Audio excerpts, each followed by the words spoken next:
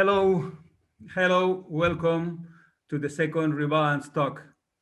We are very pleased to have with us Jacques Lévy, that he's just on time with us because he has just published his latest book, a very ambitious book. It's called in French L'Humanité, un commencement, le tournant éthique et la société monde. In English should be like humankind, a new beginning or beginning, the ethical turn in the world society. So it's kind of ambitious title in an exciting moment to be published. Hello, Jax.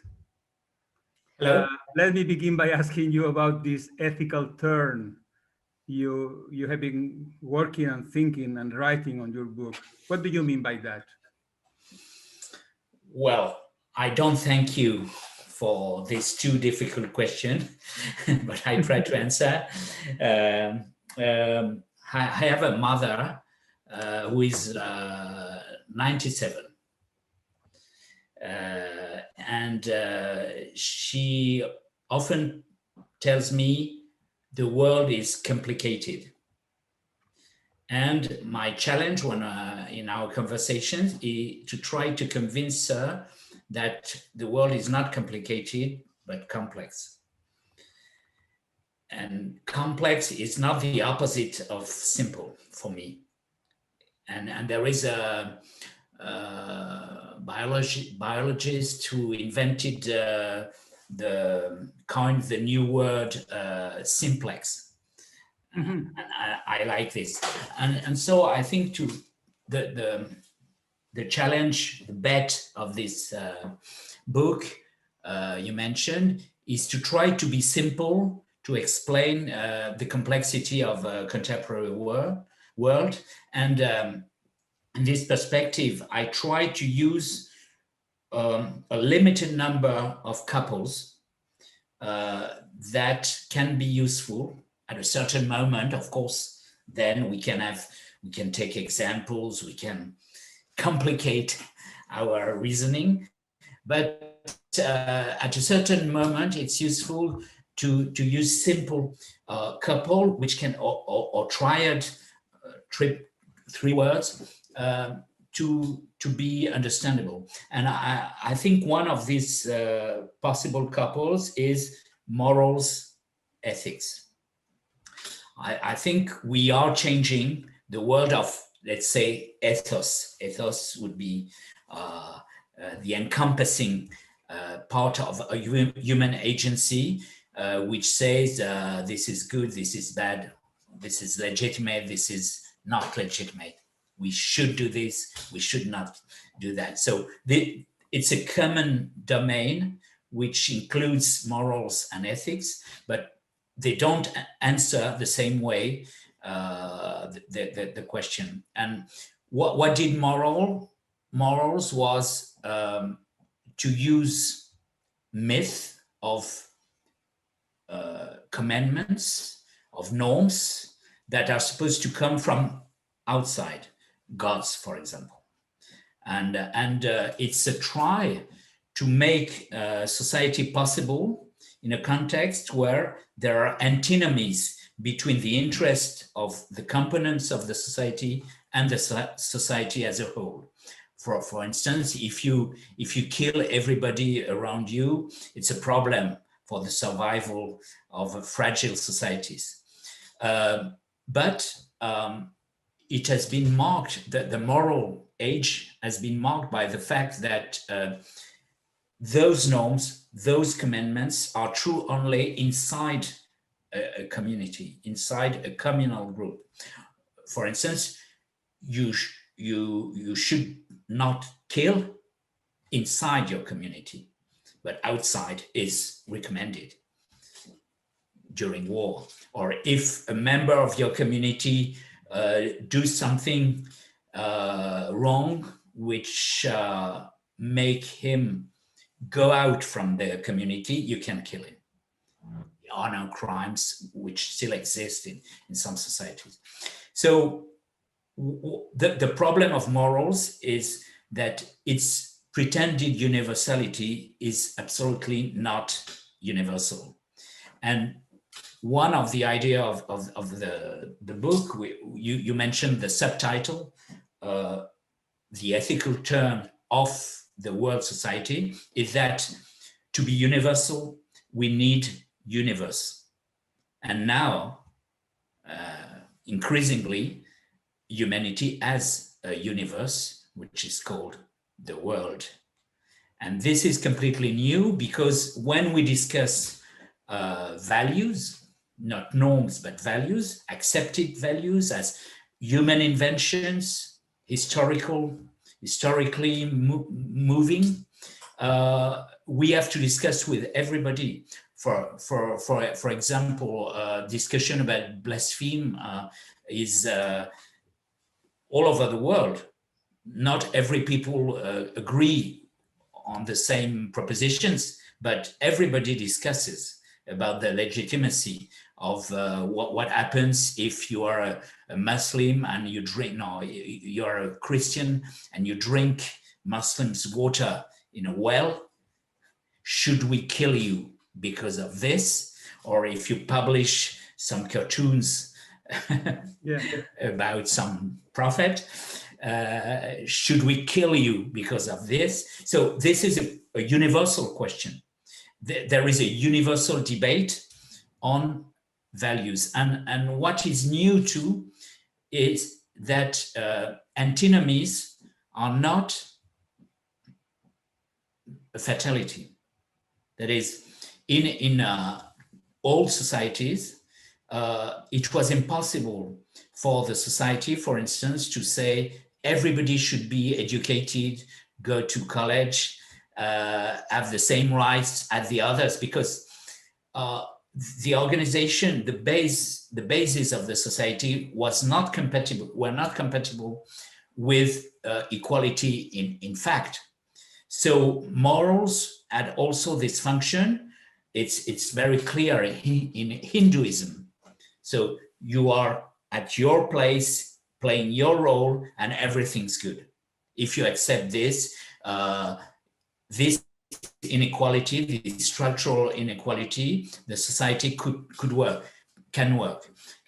Now it's another discourse. Is everybody at the right to invent his or her own biography? And this is completely new, and this is rather consensual. If we had made an inquiry about this, there is a very transpartisan consensus among, it was in a French society, to say that freedom to invent one's biography, one's life, is the thing that society should guarantee to its members. And it's a new articulation between equality and freedom, because formerly in the tradition of European politics, the left was for equality and the right for freedom. And now the people we have listened to said, no, it's in line. I mean, you need equality to guarantee to everybody to get the freedom to invent one's life. So it's a recomposition, very, very important, of something we could have believed eternal. That is the classic opposition between freedom and equality. Now it's a compatibility, which is affirmed by most of our contemporaries. So this is what I call ethical turn. Thank you very much for this political and moral philosophical analysis in just 5 minutes. Thank you very much. You know, we have 60 minutes, so we don't have to rush. Please take your time as you just did. We prefer to go slowly. You know, in this research project, we love to be, you know, to take the time that every question needs to be answered. So let me go to another question that is related to the first answer you gave us. Do your research interests and methods have changed because of the pandemics, because of the new forms of solidarity and conflicts, the new antinomias, or the old antinomias in the new, express it in a new way? Did you change your research interests and methods, or just the pandemics has provided you new experiences to fit your previous research interests, your previous ideas? So how much pandemics has influenced your thinking?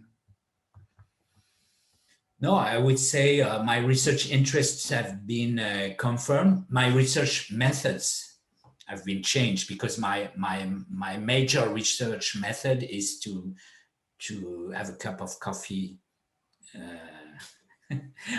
in the street, in a coffee store, in coffee shop, sorry, or to have a dinner with friends, or to walk in animated streets, and to travel also, because I'm supposed to be a specialist of globalization, particularly of globalization of the cities. So one of my research programs is to explore all the about 35, 40 cities of more than 10 million inhabitants. So I have explored at least once, which is not very sufficient, not sufficient, about 30, 32. So there are many other cities I should explore, particularly the most difficult, like Lagos or Kinshasa, not very easy to walk in without bodyguards. but this is still a part of my program, so I'm eager to go back to traveling. But what changed is more a confirmation. For instance, politics have been affected by pandemics. The way governments govern is different. And what is remarkable is that we can observe the end of what Foucault called politics. I think, at least in the West, in democratic republics, there is no more biopolitics. I mean, it's not a question of number. It's not a manipulation by the states of the bodies of human bodies. It's something else, because human bodies are also citizens, and they have some means to be understood, to transmit messages. And even if classical ways of democratic processes are suspended during the pandemic, there are other ways, like the media or other lobbies, group of pressure, and so on, that transmit, that carry messages from ordinary citizens to the government, and they are not able to do anything they want. They are forced to listen, and we can see day after day they make some changes in their trajectories, because they are forced to listen to the people. And what the people say is that human life is a public good, not a number in the hands of the government. So we have to protect them, but not in contradiction with other public goods. So the notion of public good is very interesting, because it comes from economics, but I think we can transform it into a more general notion in social science, that is a good which is co-produced by those who consume it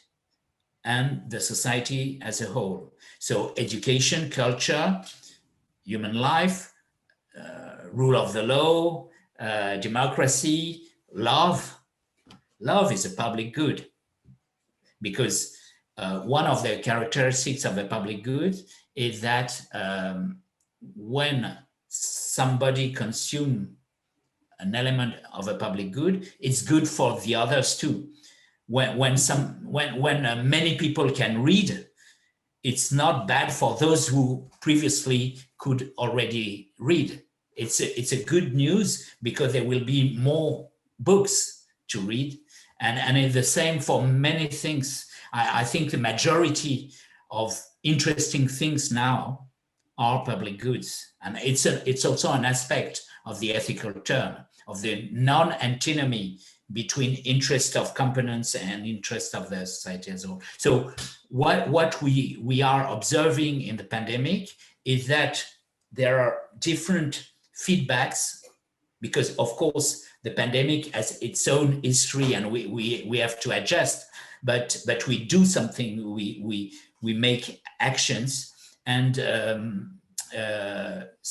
constantly there is a reflection between, for instance, between growth, economics, development, which is also a public good, and the respect of life. So how can we create a situation where those different public goods remain compatible between each other?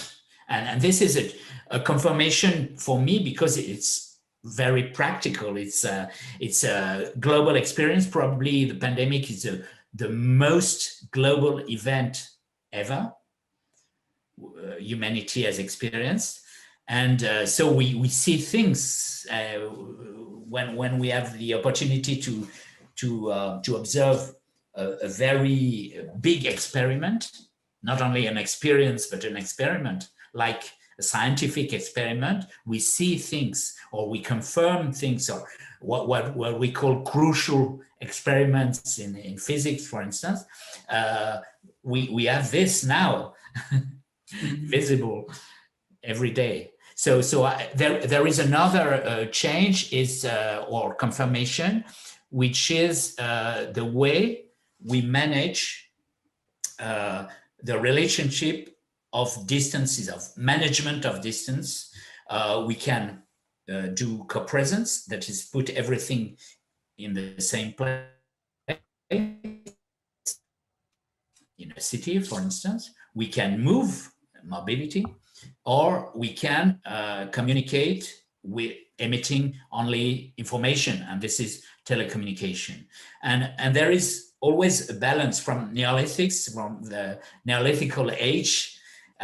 Humanity has organized different balances between those three modalities: co-presence, mobility, telecommunication. And during the pandemic, we are severely deprived from mobility and co-presence, because well, the urban life is not very dynamic. So telecommunication has taken an extraordinary, completely novel part in our lives. And it's also an experiment for ordinary individuals.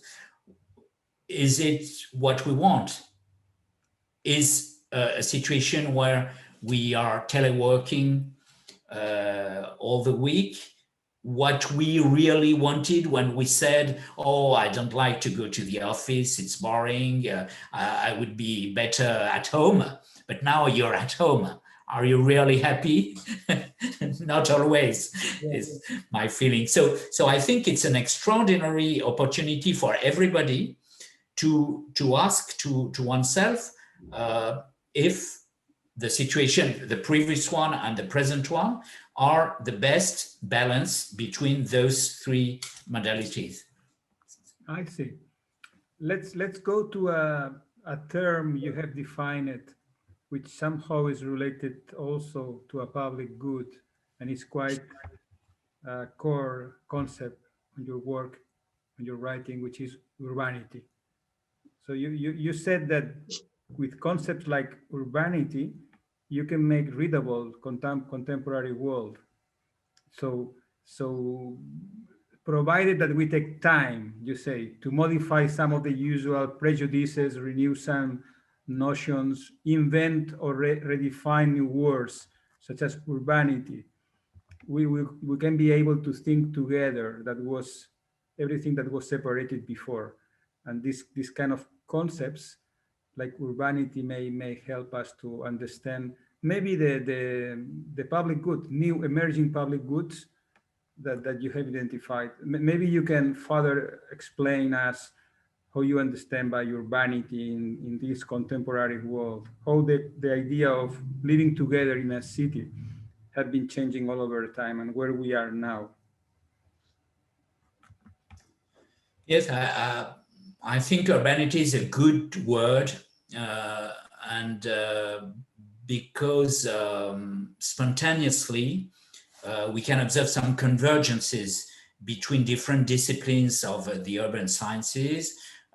We increasingly use the term urbanity instead of centrality, instead of agglomeration effect, in terms of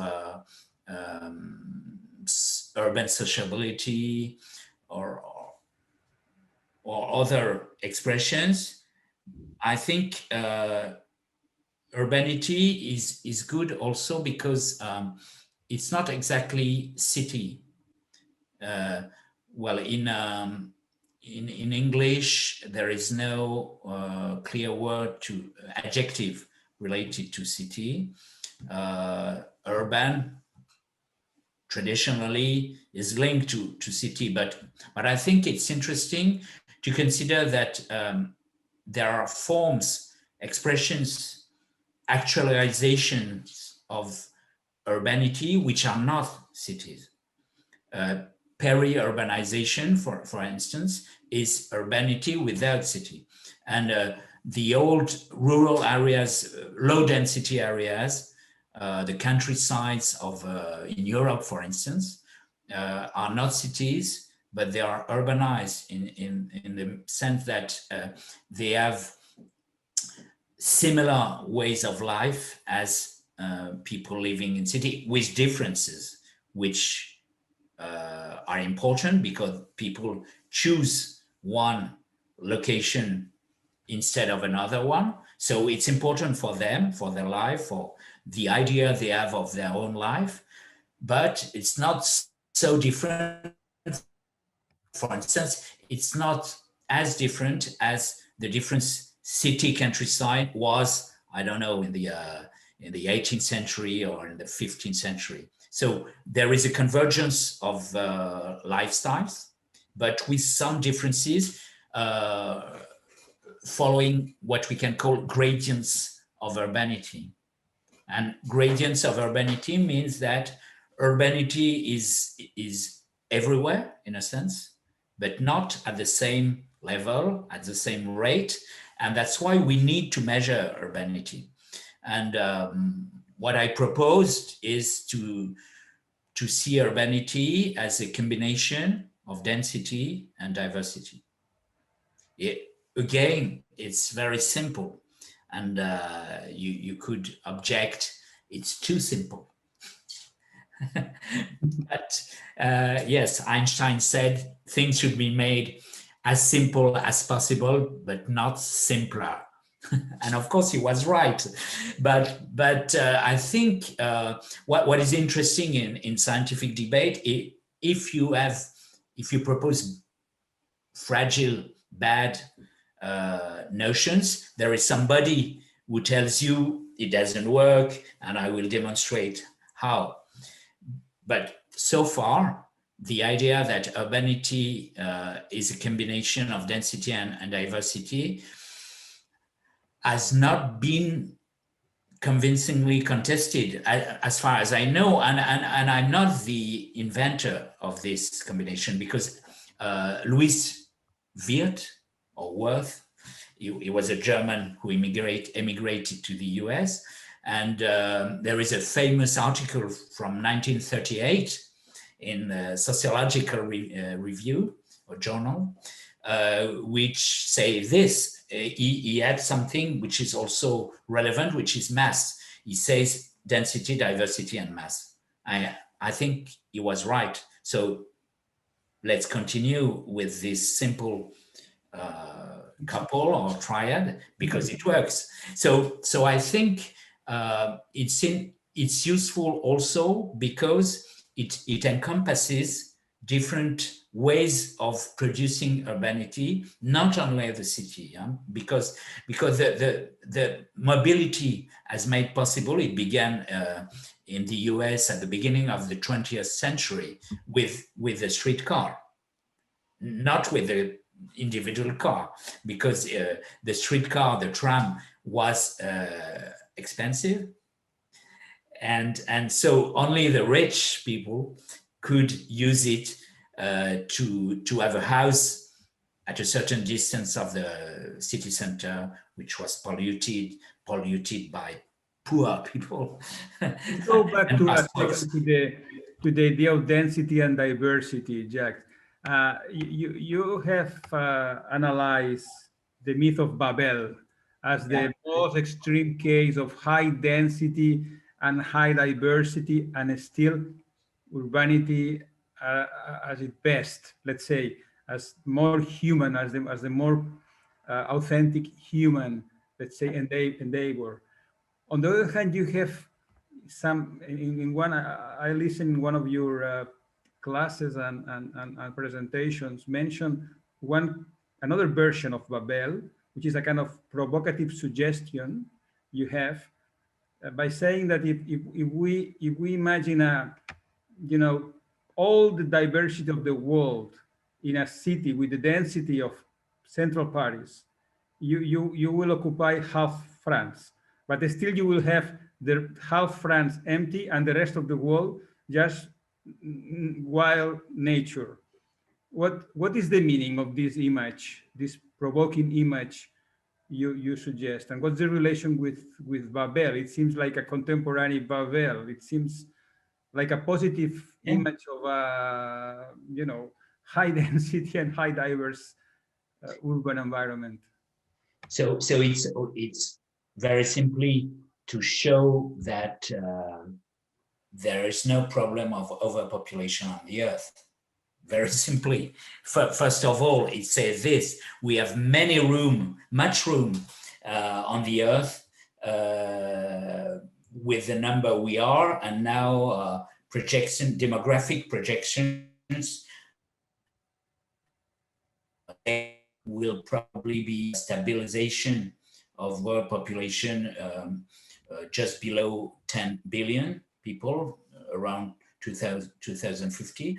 So roughly the same numbers we'll have in a century. So so I think it's interested because there is very strong ideologies that say the boat is full. It's very. I spent 13 years in Switzerland, and in Switzerland it's very common to say we have nothing against strangers, but la barque est pleine.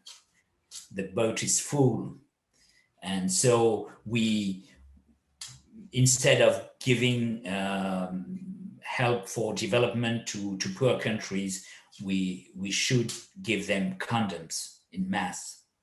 This is the political project of the major political party in Switzerland. So it's important to know the numbers, to know the orders of the quantitative orders. But also, you're right, Babel is a very interesting myth.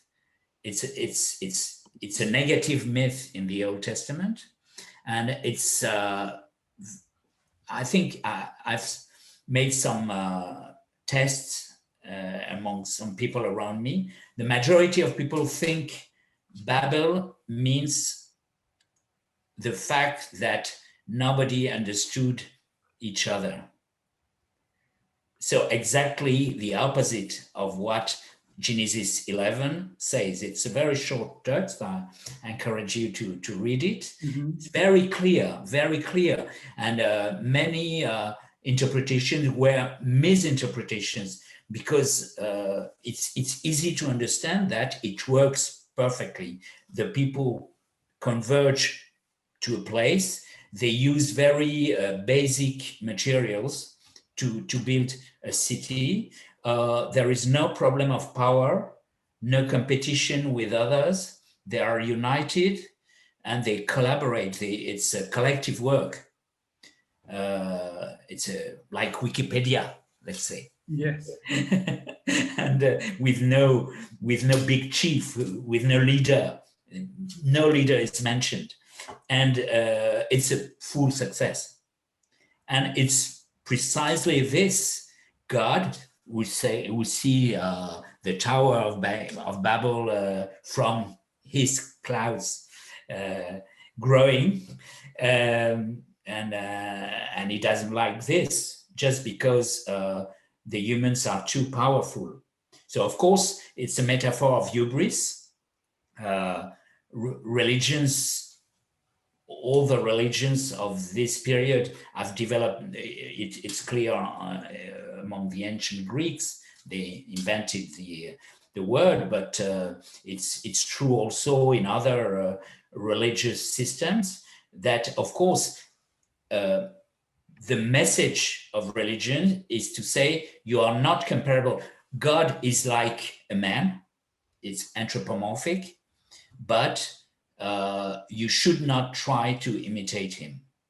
This is a basic message of religions. But in many metaphors or allegories, there is a relation to something which is bad. So if you don't obey God, it's because you have bad intentions, not to respect sexual rules or killing people. But in the case of Babel, what is the sin? I studied a lot of, including recent interpretation of people who say, but where is the sin?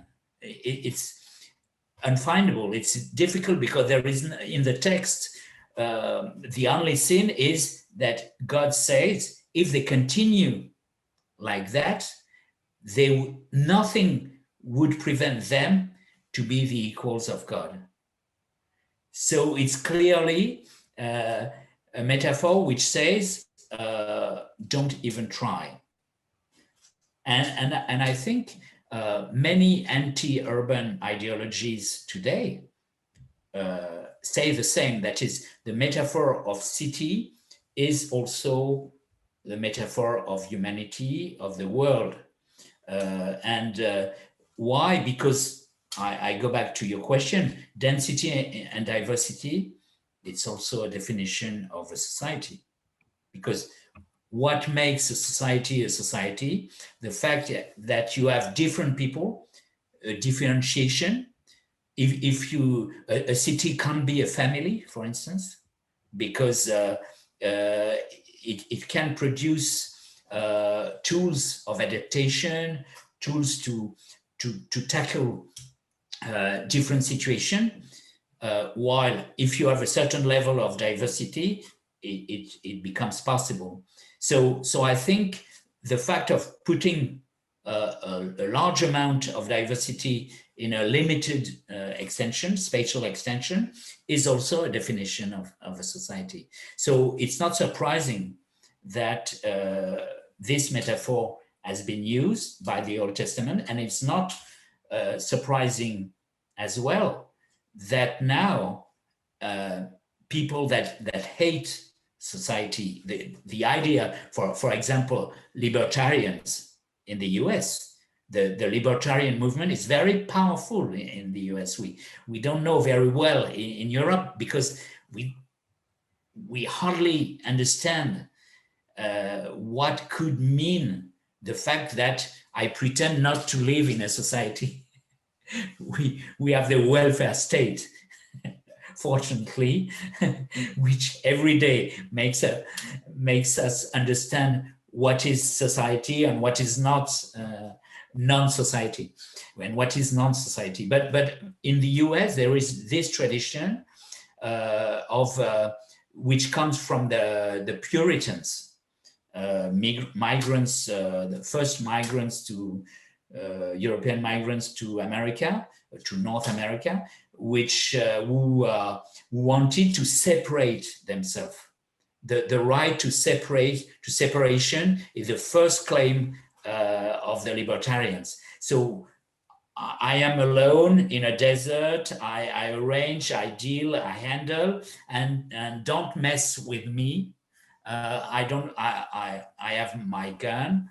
I don't pay taxes, and that's it. So this kind of ideology is clearly anti-societal and anti-urban. They hate cities in general.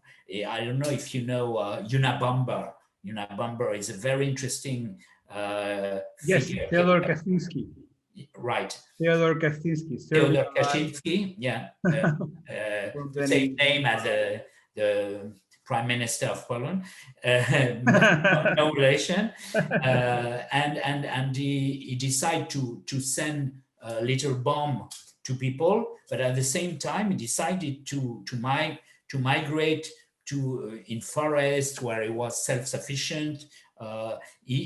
His personal ideology was that he wanted to punish the normal society, but he say he didn't need them because he was self-sufficient in his wilderness.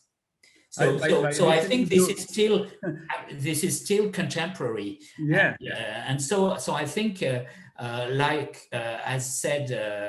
Umberto Eco said about the open work, Babel is an open myth. Yeah, let's follow in this line of Unabomber and the understanding technology as a threat, as an intrinsic threat. I don't think you believe that. You believe that technology is intrinsically a threat. I mean, I don't think by reading you that you follow the tradition by Heidegger and Jacques Ellul. Yeah. I don't think you are in this line. But let me ask about climate emergency, because sometimes the narrative of climate emergency is related somehow to Babel as well, in the sense that human beings, we have been sinners, we have been morally wrong, and nature, God, is going to punish us, tomorrow morning, because we have been very bad with nature. And surprisingly, if we are in a hurry, so if we really are in an emergency, if we have to reverse all these threats as fast as possible, it seems that we don't have much time to rely on behavioral changes. It seems that we just have to implement, new technologies to decarbonize the economy, to put more intelligence and optimize the system. So it seems that we technology has to save us from technology. So this antinomia, I know you love antinomias. How we can, get out of this trap? Because if we cannot wait, if we are not in a hurry, I mean, then what other solution we have than more technology? So it seems contradictory. You perfectly answered your question. So No, it's an antinomia.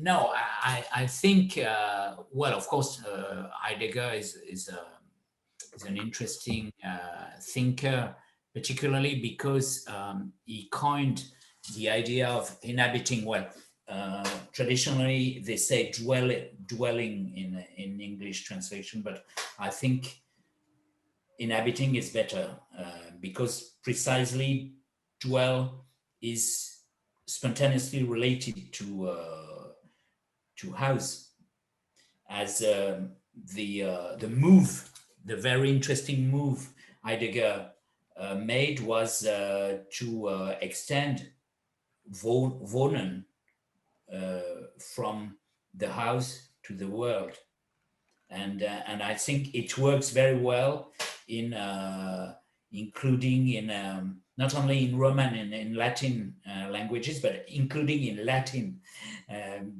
For example, there are some proverbs which say that Rome is your is your home. The metaphor of using larger spaces, which are not personal spaces, with the same idea of inhabiting and being inhabited also, and the way you can use the verb inhabit some place, not only in some place, and that works in Italian, in Spanish, I don't know, in Catalan maybe, in French. Probably too. Yeah, you can inhabit a place. So this is very interesting, and I think for this, Heidegger is a beginning of the start of a genealogy, which is very important for us interested in space, because inhabiting is a rich concept when you imagine it as an encounter between an actor who inhabits and an environment which is inhabited. And we can say that is a successful encounter, a successful meeting between an actor and an environment, because it's possible not to habit. You can destroy your environment, or you can be submitted to an environment which is for you uninhabitable. So it's not given for granted.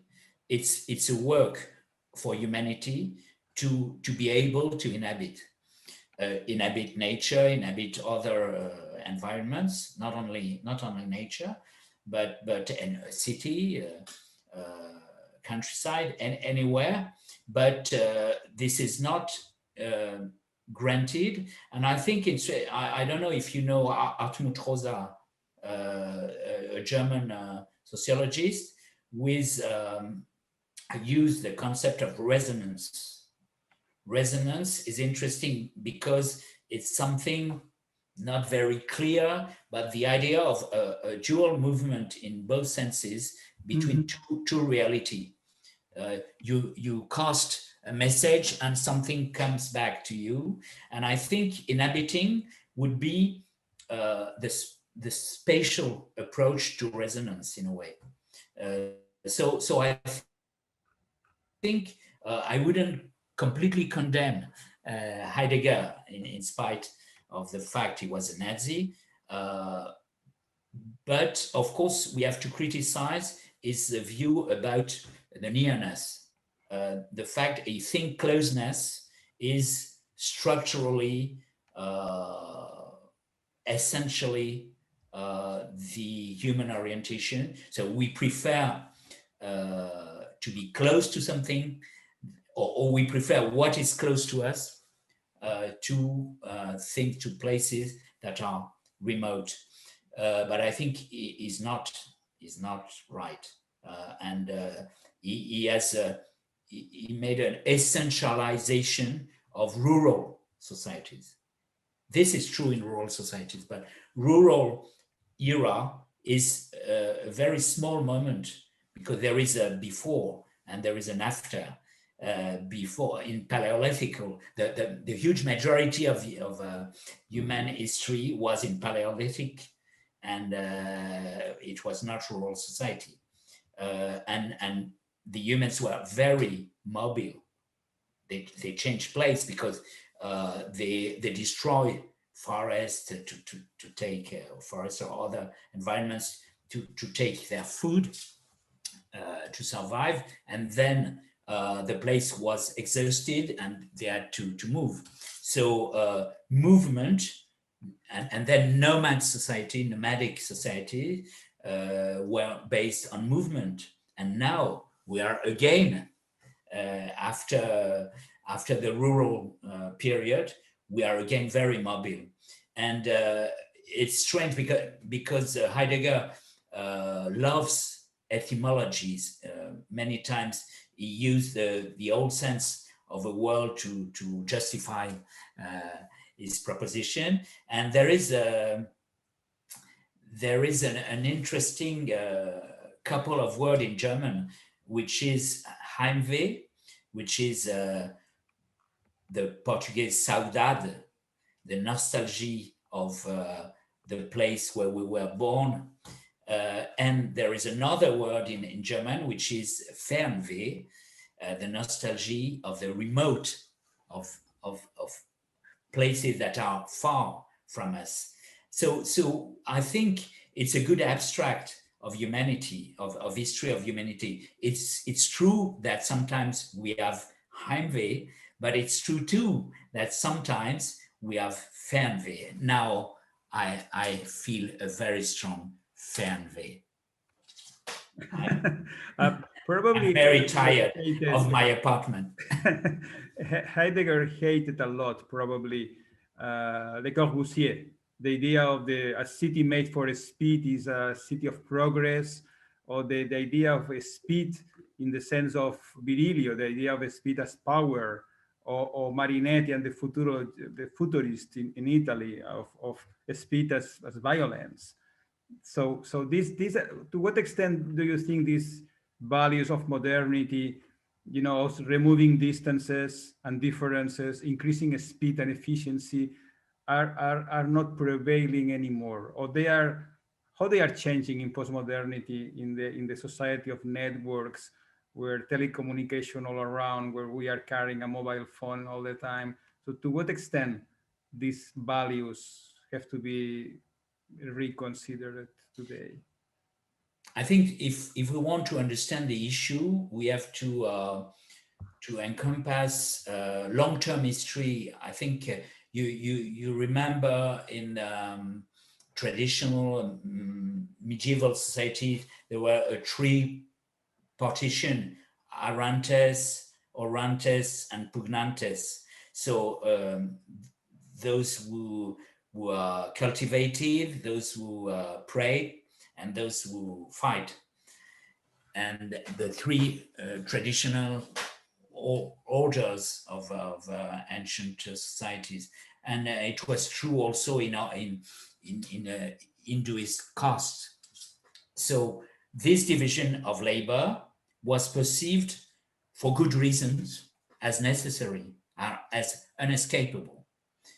But now it's not so sure. So we can take time for contemplation, for doing nothing,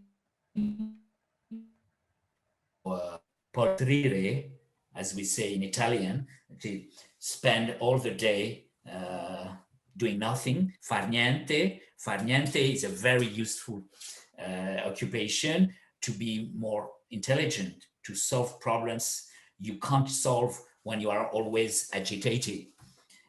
So I think we need that, and societies we do that, because contemporary societies need intelligent people, creative people, not just people doing always the same thing. So on the one side, we need to be slow, but on the other side, we need to be efficient, to know the world, so to travel, to be exposed to otherness.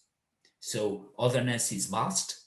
So if we want to meet different aspects to otherness, we have to be able to move, well, somehow quickly, not to stay in the same place.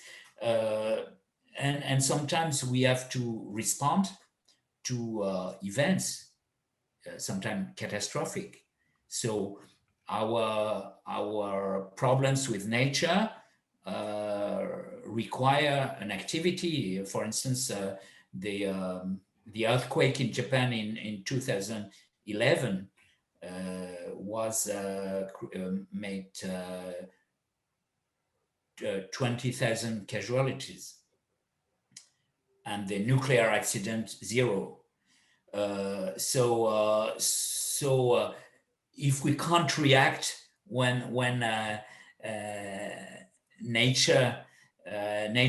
natural forces send us dire messages, it's not very good for society. So we have to be speedy or quick.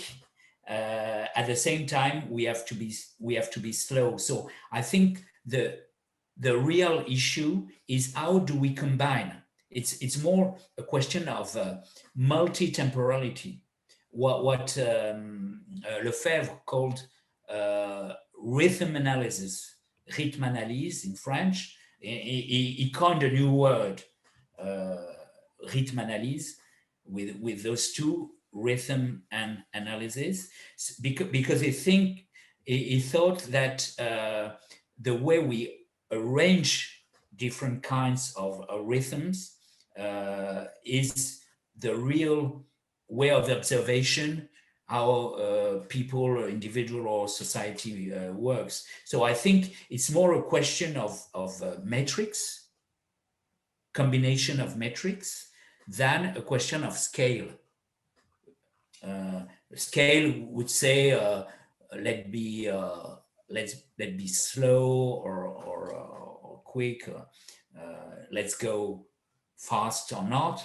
This is a naive view of time for me.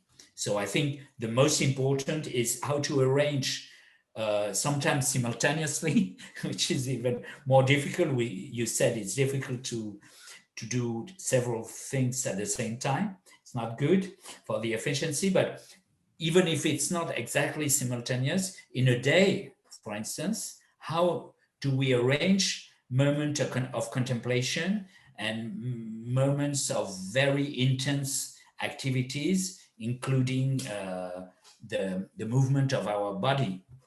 So this is, I think we have no a relevant corpus in social science to analyze this. So it could be a vast work program to compare, to measure and to compare the time styles of our contemporaries. Oh, let me finish my questions with I mean the opinions and the feelings of two very good writers. One we have already mentioned, Milan Kundera in La Lenteur, Slowness from 1995, and the other is Italo Calvino when he wrote six memos for the literature in 21st century. Yeah. Apparently they are very different, and I would like to just share with you the opinions they had as I understand them, for you to finish the conversation, trying to do something as difficult as the first question I made you, which is trying to solve this antinomia, this apparent paradox between these two writers, that maybe they are saying the same thing with very different words. I don't know. So Kundera praised the idea of living slowly. He said beauty is about time. You don't have beauty without time. Also knowledge requires time and experience. And he said there is a secret connection between slowness and the capacity to remember. If you go very fast, you move very fast, you easily forget even yourself. So according to Kundera, speed is kind of an ecstasy that technology has given to human beings in modernity. And he says the runner, somebody running, feels her body, her age, how heavy she is, but the driver forgets about himself. The drivers, they are in ecstasies. And and Kundera asked himself, why the pleasure of slowness, leisure in itself, has disappeared. On the other hand, Italo Calvino proposed few years before, 5 years before, uh, six memos, he said six ideas for art and literature in the 21st century: lightness, speed, exactitude, visibility, multiplicity. And he suggested the last value, consistency. Unfortunately, he had no time to write the essay related to consistency. So we only have the first six memos. We don't have the explanation of what Italo Calvino meant by consistency. But let's say for Condera, probably the word of lightness was kind of difficult to support, to afford. Even he has a book calling the insoutenable lightness of human being. So Kundera preferred slowness, ambiguity, sense of humor, and so what the contradiction of these two writers in these two ways of understanding and feeling the idea of time and speed. How this inspire you? What do you think about how you can somehow integrate, or which one is closer to your way of thinking, Jax? Spontaneously, I would say that the slow fast couple is not a good one. It's too lazy, too simple, and your examples show it very convincingly. For instance, in the romantic era, people thought that love had to be related to eternity, but we know it's difficult to achieve. But we know that first sight love is possible. It's very fast. It's immediate. So it's instant, not duration. So we all, the fact that we are able to project what we are to other world, to construct other world in our thought, in our imagination, makes us able to produce instantaneously thick worlds, very interesting, very rich worlds in an instant, just a second. It happens something very important, and it doesn't require duration.